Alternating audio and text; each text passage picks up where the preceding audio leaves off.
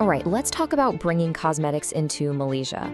If you're in the business, you already know the standard process can feel like a total maze of paperwork. But what if there were official shortcuts?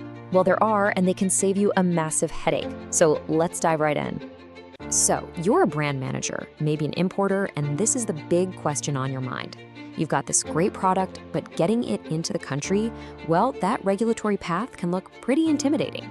I get it, and you're in exactly the right place to figure it out. Because here's the thing you absolutely need to know. The standard notification process isn't the only game in town.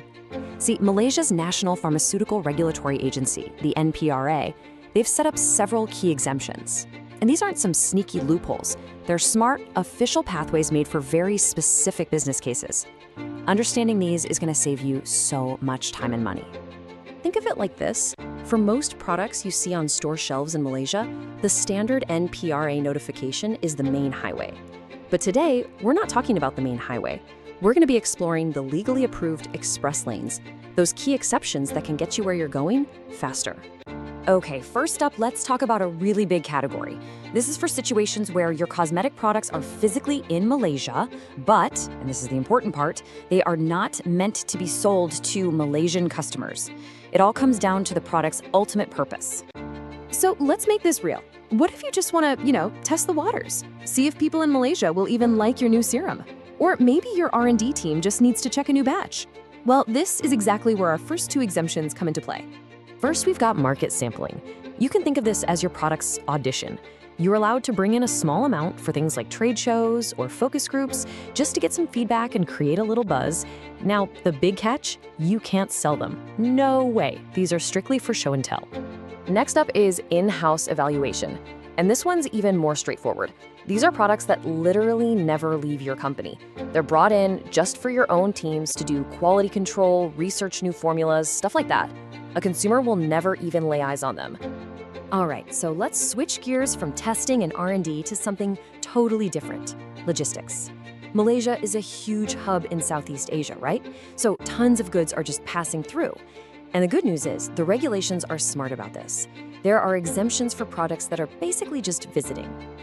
So you've got a whole container of shampoo docking in Malaysia, but its final destination is, say, Thailand.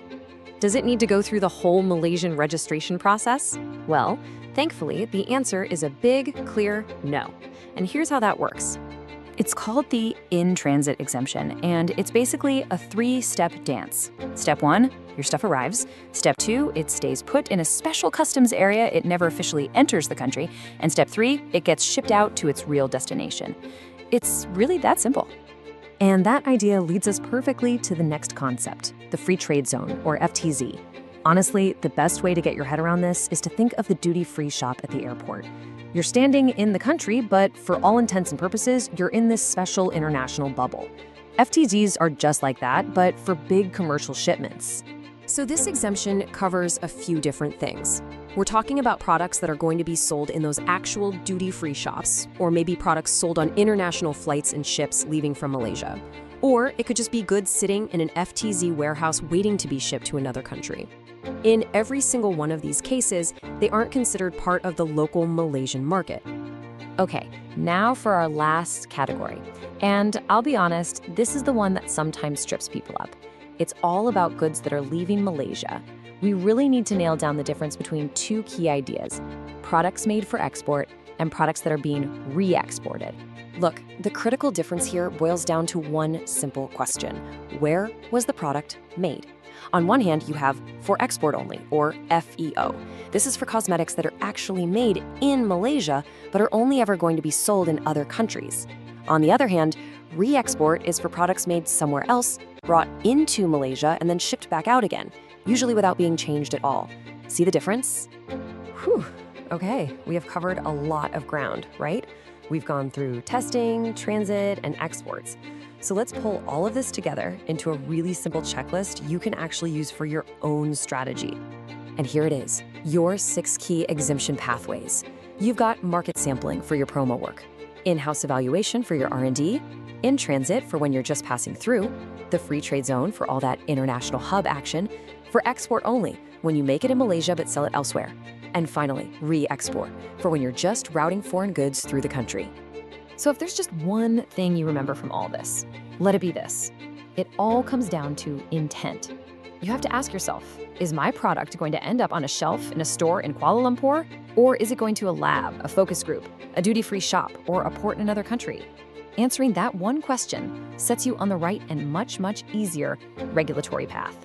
And that brings us to the final question, the one for you to think about. Take a good hard look at your supply chain, your marketing plans, your whole global strategy.